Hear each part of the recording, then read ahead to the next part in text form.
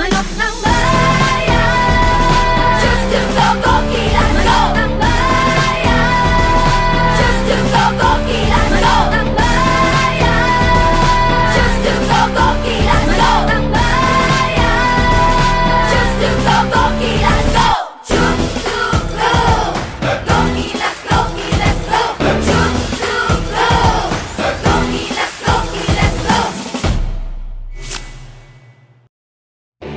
Good day, everybody! We're back here sa NBTC24 Week 18. Mika, Week 18 na. Ang tagal na natin nag-isa tayo. Pero, ang mas maganda doon, Week 18 na, wala pa rin si Mikey. Oo nga eh. Ano ka siya sa partner natin? Hindi naman ako nagugulat. Hindi ka nagugulat? Ang gulo eh, no? In-expect ko na siya. Na lagi na siyang nawawala, nag-e-excuse. Kaya ito nag-ready na ako to replace.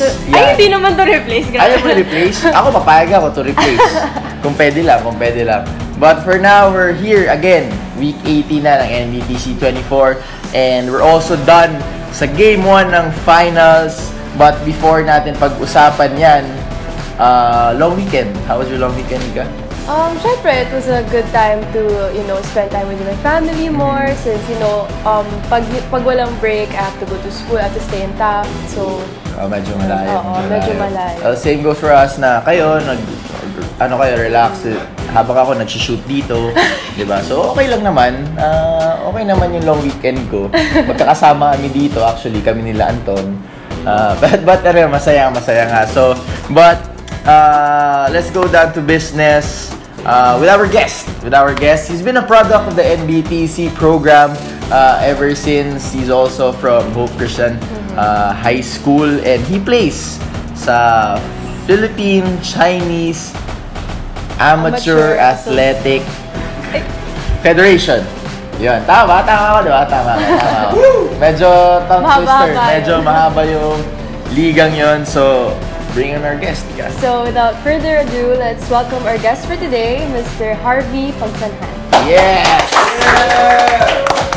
Harvey, upo ka dito. Kamusta? Harvey, Mika. Hello.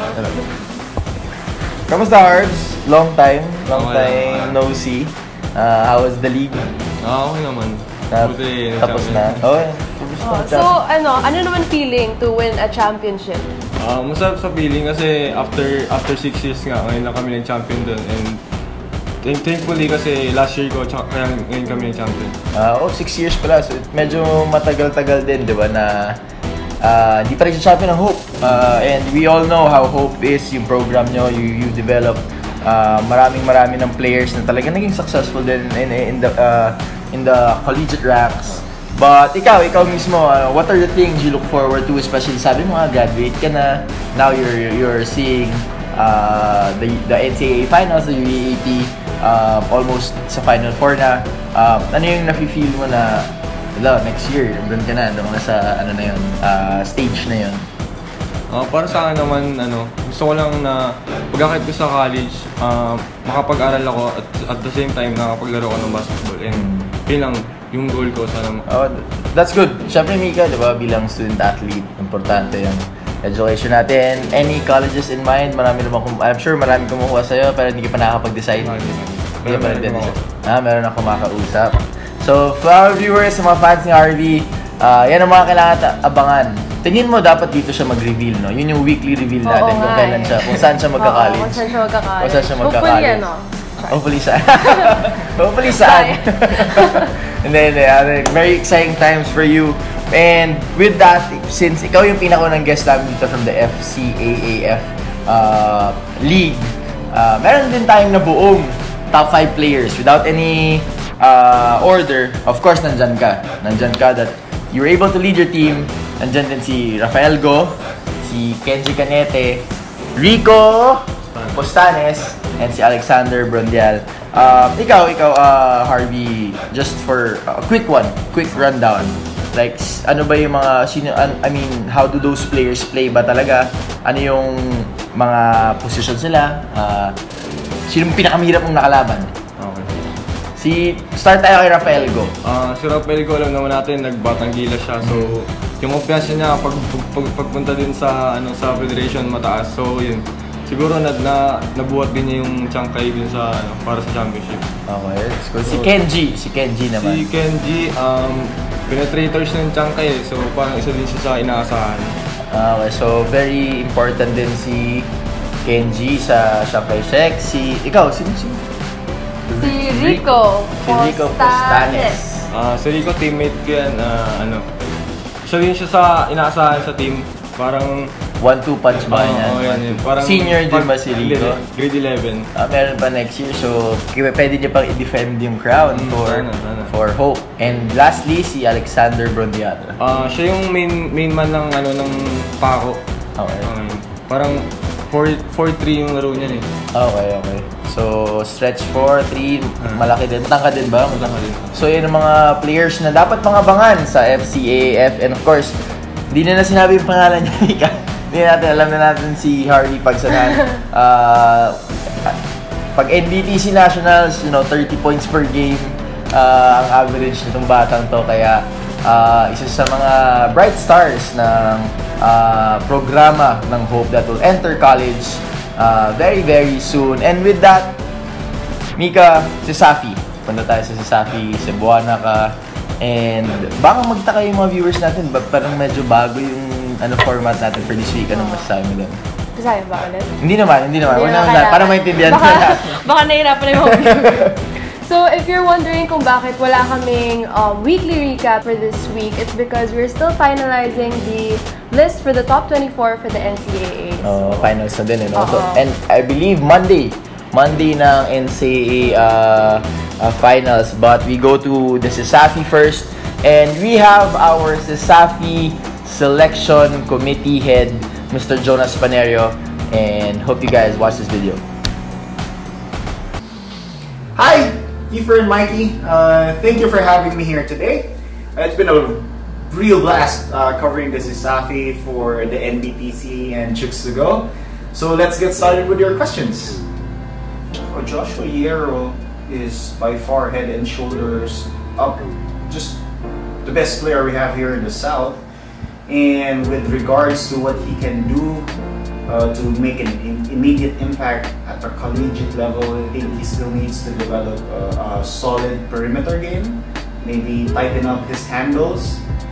He already has those elements in his game, but he still needs to just fine-tune those things. And I think playing at the collegiate level, playing against much better players, even in practice, will help him go a long way towards achieving those goals. When it comes to opportunities, whether it's in the UAAP or the NCAA, it really boils down to playing time. So I believe he would fit at the University of the East and maybe at the University of the Philippines and Adamson. Those two, Adamson and UP, I mentioned those schools in particular because of their, let's say, southern connections. They have a lot of Bisaya players, which would really help him acclimate immediately or quickly to that level. And having those kinds of players, having familiar faces around him, would get him to where he needs to a little bit faster. Well, should he stay at UV, he will get a lot of minutes.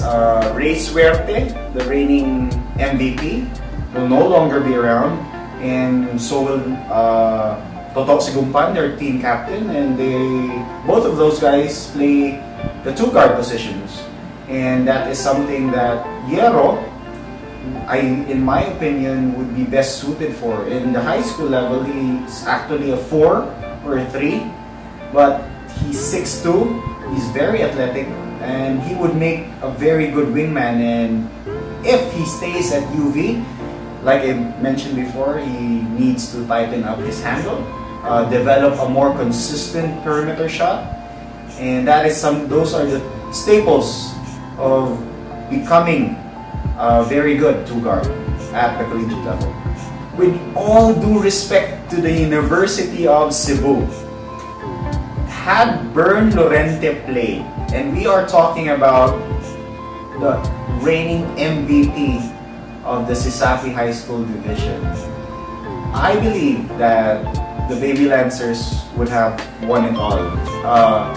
I spoke to UV head coach Jun Pepito the day after their Game 2 loss, and he specifically told me that what they lacked was ball handling and that solid court general. Apart from Gabriel Cometa, Cometa played nearly 40 minutes each game simply because he didn't have anyone to help him bring the ball up and set the offense up for UV. Those fell on the shoulders of Popoy Aktub and Yero, and it's a totally different ball game when Yero and Aktub bring the ball up, basically because they're pure scorers. They're not used to distributing the ball much, and that responsibility fell alone on Gabriel Cometa alone. Lorente is a capable point guard. He's a capable 2 guard. He's really basically a combo guard, and he would have really helped UV in terms of just directing the offense. And I must add, he's a pretty solid defender, a bulldog, and he would have really helped UV a lot containing UC's prolific guards. But Lorente, I believe Lorente has played in his final year in high school. For the next level, it's a totally different ballgame. Safe to say, obviously it is. Lorente still has to fine-tune his decision making, his ball handling, and of course his shooting, his perimeter shooting, which is a must if you are to be a very capable point guard in either the UAAP or the NCAA. He obviously needs to have that in his arsenal to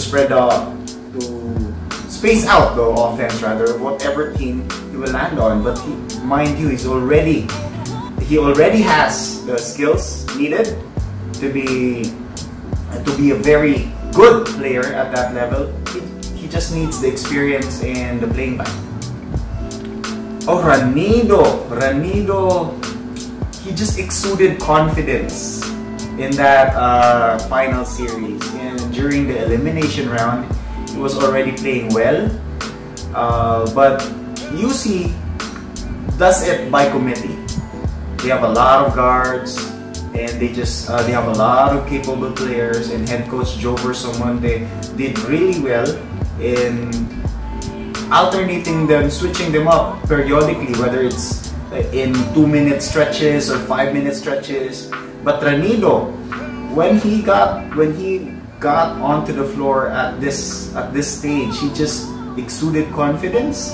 I think Coach Jover Somonte and consultant Don Hontiveros did a really good job of talking this player up of what he needed to do, even when he made mistakes. The first person that was there to meet him half court on the floor was Hontiveros. Hontiveros, especially in Game 2, Hontiveros just dashed up on the floor when Ranido made a mistake, was quick to be there to talk to his guy, to guide him on what to do during crunch time. And Ranido paid his coaches back in spades with his play, with his clutch shot making, especially in Game 2 during that title clinching win.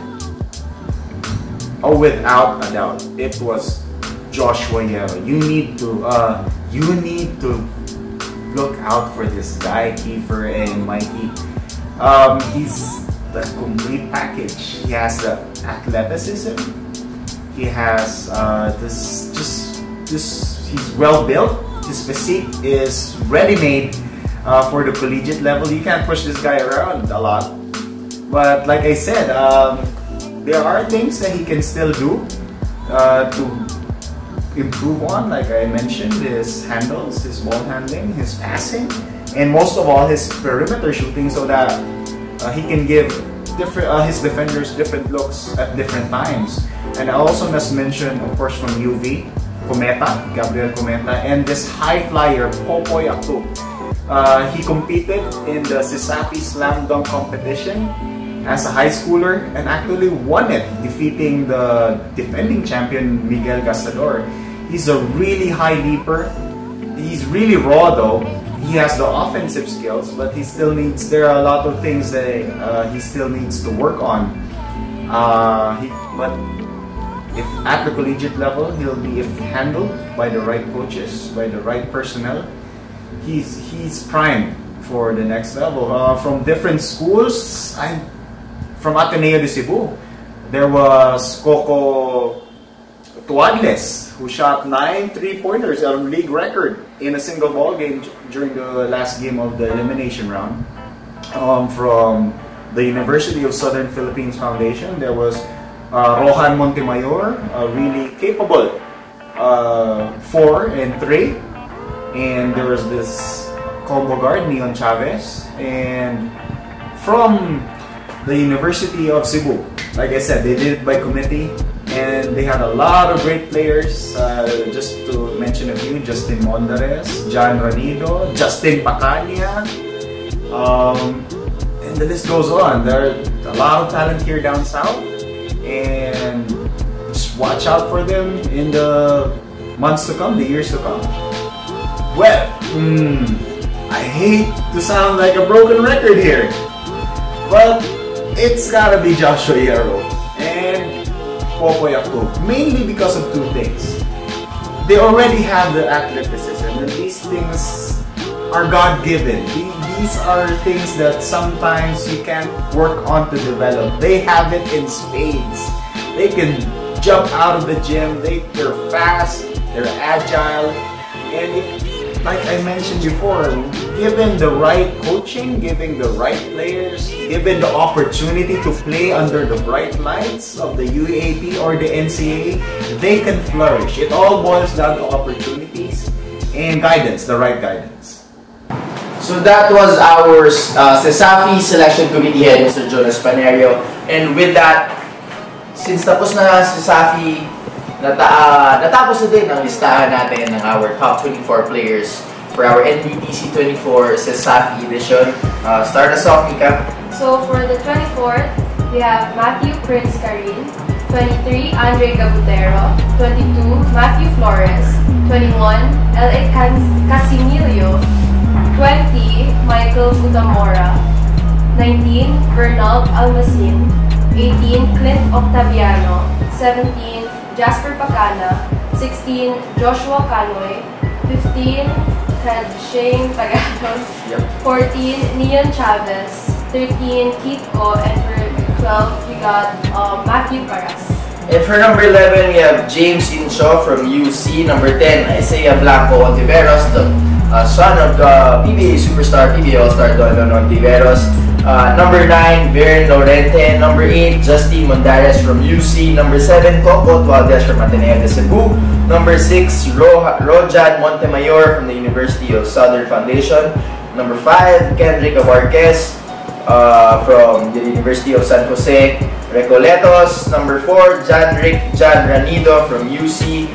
Our top 3 players, Popoy Akto from UV. Number 2, Gabriel Cometa from UV also. And our number 1 player from Cebu. Ewan ko, nakalaban mo na ba ito? Nakalaban mo na ito. Finals, despite having a loss, scored 15 points, grabbed 30 rebounds, and dished out 10 assists.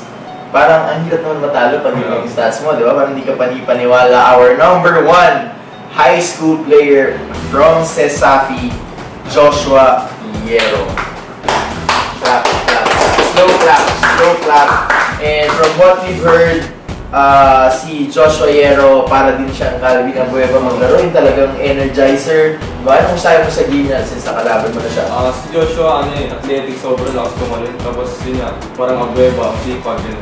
Yun talaga yung puhunan niya. So, he wasn't able to win a championship. Natalo nga sila sa finals. Pero senior naman si Yero. Sabay ba kayo? Hindi ko sure kung... Hindi ka rin sure. Pero with that, sabi mo nga na gano'n siya maglaro. Hopefully, kung graduating man siya, is able to play wherever kung saan niya man gusto. The same way he's making an impact dito sa CESAFI. So yun na, Mika, tapos na. And ang CESAFI natin done na, but we'll talk about the NCAA Finals naman. The LSGA's Greenies, led by Joel Cagulangan, nakalaban din yan, Inan Fornilos, and Joshua David. Tapos Mapua Red Robins naman, sina Dan Arches, sina Clayton Escamis, nandyan yan mga yan. But, Game 1, bukan ng Lasal ang game na yun.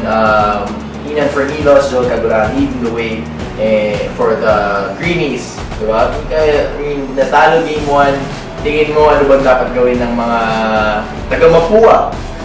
Since siyempre magiging intense to. Ikaw, personally, ano tingin mo kailangan nilang gawin sa bounce back? Well, personally, kahit hindi man ako athlete, I really feel na, hard work bears fruit talaga. So, yun lang naman yun eh. I mean, you just really have to work hard and puso lang talaga. Kailangan nila paghirapan, kailangan nila ayusin yung practice hard. Siyempre, magsisimula lahat sa practices. Ikaw, Harvey, ewan ko kung nakapuntaan na sa isang scenario na down kayo 1-0, tapos best of 3 lang, must win na, do or die na talaga yung next game. Ano yung mga mental preparations na kailangan mong gawin para pagpasok mong laro, sabi niya ni Mika, alam ko, nag-hard work kayo lahat, pero pagpasok mong laro, nag-iiba lahat yan. Para ano yung dapat mong iisip? Siguro, after nung pagkatalo ng Game 1, mas hungry kayo magpunta dun sa Game 2. So, yun siguro. Tsaka kailangan na sundin yung system ng coach nila. Tama. Kasi, siyempre, kung susundin mo yung system, yan ang tutusin mo, yan ang nagdala sa kanila sa finals. Diba? Yung hard work, yung teamwork, yung camaraderie, chemistry nila as a team. Diba? So, yan, sa Monday, Game 2. Edition. And sabi mo nga, baka punta kayo mga viewers natin kasi tinatapos na natin yung listahan natin for our NCAA NBTC24 and tingnan natin, di ba? Kung mananalo ba, ma-extend ba? Hopefully, di ba? Kaya it's an exciting game to watch out for. Monday, di ba? So, kung matapos ang Monday next week, we'll have our NBTC24 final list for the NCAA edition naman. And speaking of the NCAA, patapos na. Today is the opening of the UAAP Juniors Division naman. So, I mean, nanonood ka din before noon ng NCAA, ng UAAP naman. Ngayon, will heavily favored ang Ateneo, the defending champions, to win the back-to-back championship. And with the #1 player for the NBTC24, whole NCAA, UAAP, sa Safi lahat, Kai Soto still being the anchor for the team, or will NU also heavily favored kasi bigatin yung mga players nila. Nandun si Carl Tamayo with his experience sa Batang Gilas and sa amin sa Gilas Cadets, and si Abadiano. Si Abadiano, maglalaro na din siya for NU. So, the other schools, they have their hands full against those two teams, diba? So, kabang-abang yan, and tingin mo, will Kai Soto be #1 pa rin at the end of this year?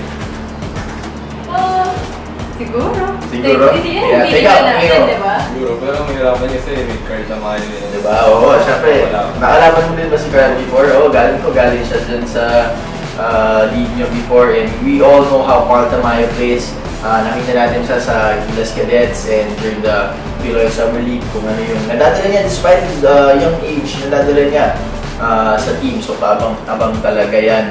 And since basketballista yung guest natin, nag-volleyball tayo nung kasama natin si Joanna Maraginot. So, nag-football tayo nung kasama natin si OJ. Ngayon, since basketball tayo, nagpa-basketball tayo ngayon. Pero, ang catch doon, since suspended ako, ikaw ang maglalaro. Diba? Ikaw ang maglalaro. Bawal ako eh. Bawal ako, kailangan mo.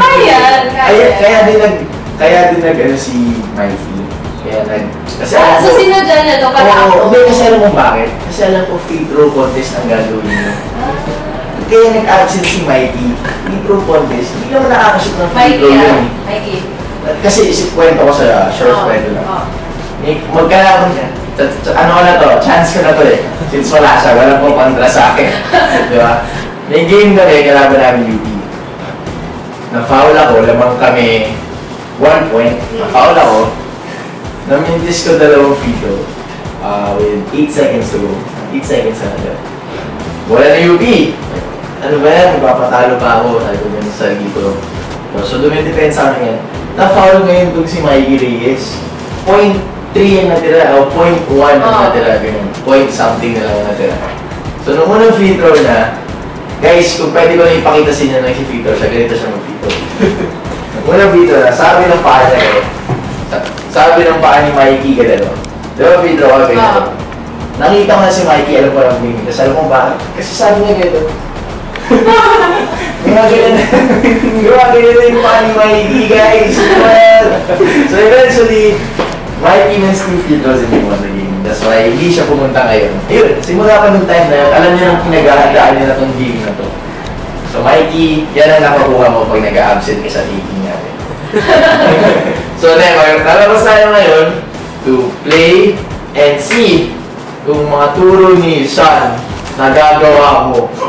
Kailan mo? I'm trying to make him proud. Yeah, make me proud.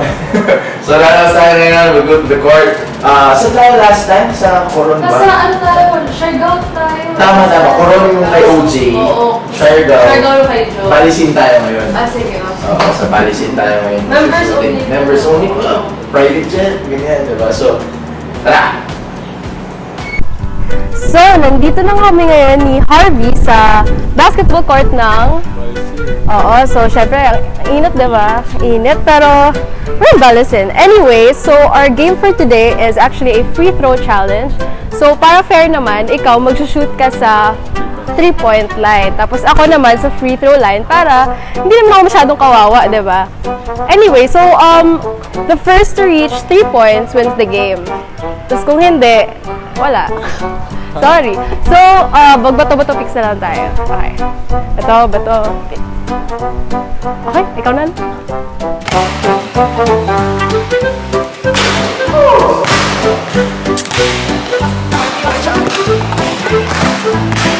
Come on, Mika. Fly.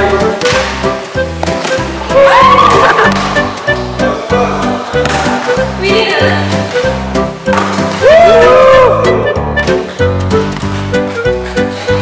Mikey Reyes, dahil wala ka dito, para sa'yo. You like Mike? You like Mike? You like Mike?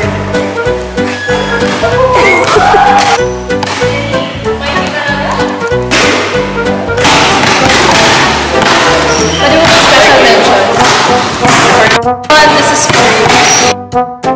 Tapos hindi bumasok.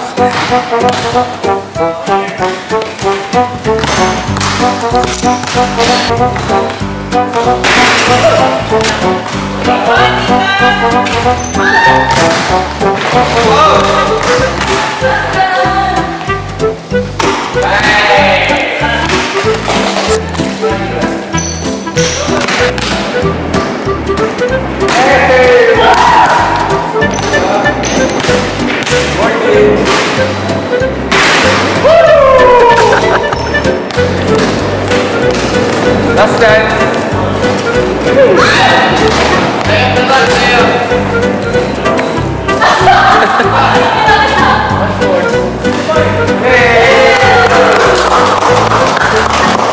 Nice! So, alam ko na kayo yung feeling na kalaban na sa sabi ko. Yeah, sure. Oo.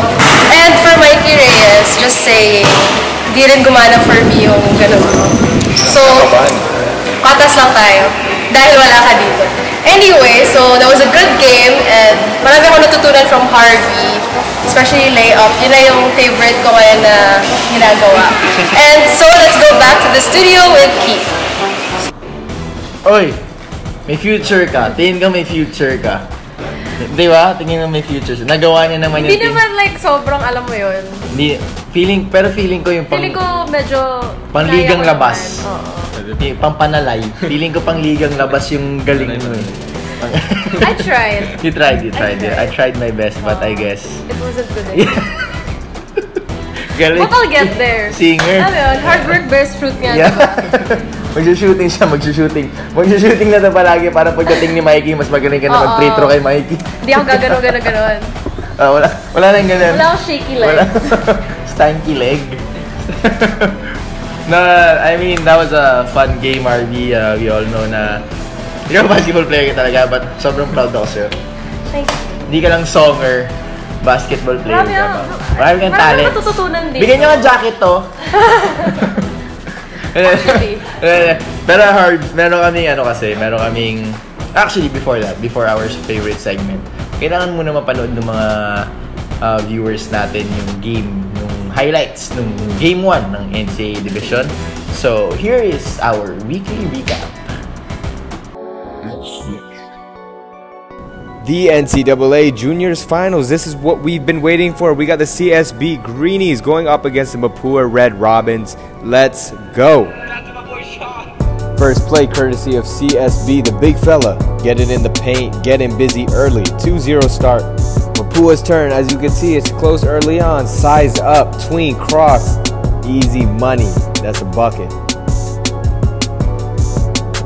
RC Kalimag taking it down. Death Valley there. Going through everyone. What a play. For Mapua, reverse, no good, but big fella there to clean it up.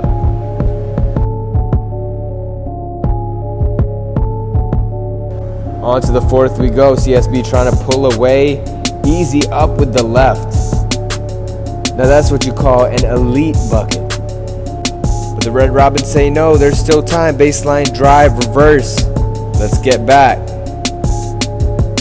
7-point lead late, but let's make it 5. Post up all the way from the 3, gets into the hole. But when it's crunch time for the Greenies, you know who to get the ball to. That's number 12, Joel Kagulangan with the dagger. CSB victorious in Game 1. Player of the game, Joel Kagulangan, 16 points, 12 boards, and 4 dimes. Can they finish out in Game 2? We'll find out. So that was our weekly recap. Game 1, won by the CSB LSJ's Greenies, led by Ian Fernilos and Joel Kagulangan against the Mapua Red Robins. So, yun, ano sabi mo sa Game 1? Siguro, yung tatlo na yun, tsaka si Joshua David, mabigat talaga kalaban. Hirap talaga kalaban talaga. Anong tingin mong kailangan gawin ng Mapua ulit? Stop nila yung tatlo na yun. Ma-contain nila yung tatlo. And so that was our weekly recap, and babalik tayo doon. Favorite segment. Paano explain mo yung favorite segment natin sa kanya? Okay, so... baka hindi mo din... So, meron kaming favorite segment nga dito, and we always have our guests say it. So, ito yun. Anong sabihin mo? So, here are the top 5 plays of the week. Hindi. NBTC yun. Sige, again. Okay, again. Sorry. So, here are our NBC24 top 5. NBC? NBTC, sabi ko! NBC? Talaga ba? Oo. Sorry. Lutang. Okay.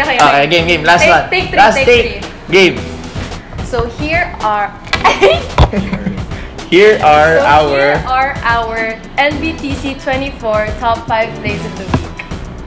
Yun lang sasabihin mo. Here are our NBTC24 Labang twist. top 5 plays of the week. Huwag natin pakantahin, masira yung career dahil. Pakantahin. Huwag na. Pakantahin, okay na nga yung basketball eh. So, yun lang sasabihin mo, Harvey, sabi Mika, and here are our NBTC24 top 5 plays of the week. So, kaya mo sabihin yun. Kaya naman. Parang nanginginig ka. Parang nagpe-Petro ka ni Mikey Reyes. Okay? So, sa favorite segment ng show na to, Mika, Mr. Harvey Pagsanjan, take it away. Here are our NBTC 24 top 5 plays of the week. Yeah! And here we go for the top 5 plays of the week. Finals edition, CSB versus Mapua. Let's go. At number 5 for CSB, I call this a tween. Behind, cross, bye-bye everyone, lay. One more time, excuse me, I'm just going to take this one to the cup. Thank you very much. What a play at number 5. Is it Mapua at number 4? I don't think so. Big time block by Ian Fornilos. Not in my house. Fornilos says, get that out of here. At number 3, how about some teamwork? Off the dribble, Joel Kagulangan, hook pass to Mark Sanko for the drop-in. Let's see it again. Off the dribble, drawing everyone in. Easy finish. At number 2, Joel Kagulangan, step cross. Hey, come here, slow it down. to the cup, up and under. I see you, boy. Again. No one can guard him. Hang time. You can't block my shot. For the number 1 play of the finals, game 1. Off the break, no good. But Inan for Nilos there to clean it up. Two-handed flush. Sky high. 2 hands putting it down. And with the flex just for show. That is it for week 17's top 5 plays of the week, brought to you by NBTC. Yun ang top 5 plays of the week natin. And that number 1 dunk ni Inan Fornilos off a putback, of a missed layup. Putback na, ano masasabi mo doon? Isa lang masasabi ko. Masyado! Si Inan Fornilos, isa kang masyado. Kaya mo bang gawin yun? Isa kang masyado.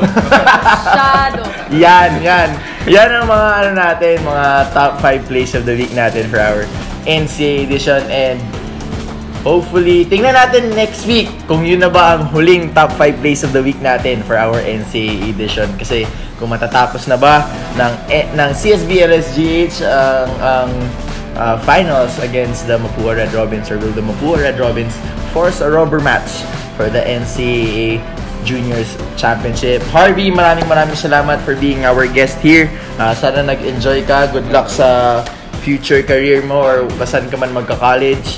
And you can always watch our show dito sa natin, sa mga links na nandito, YouTube, Facebook.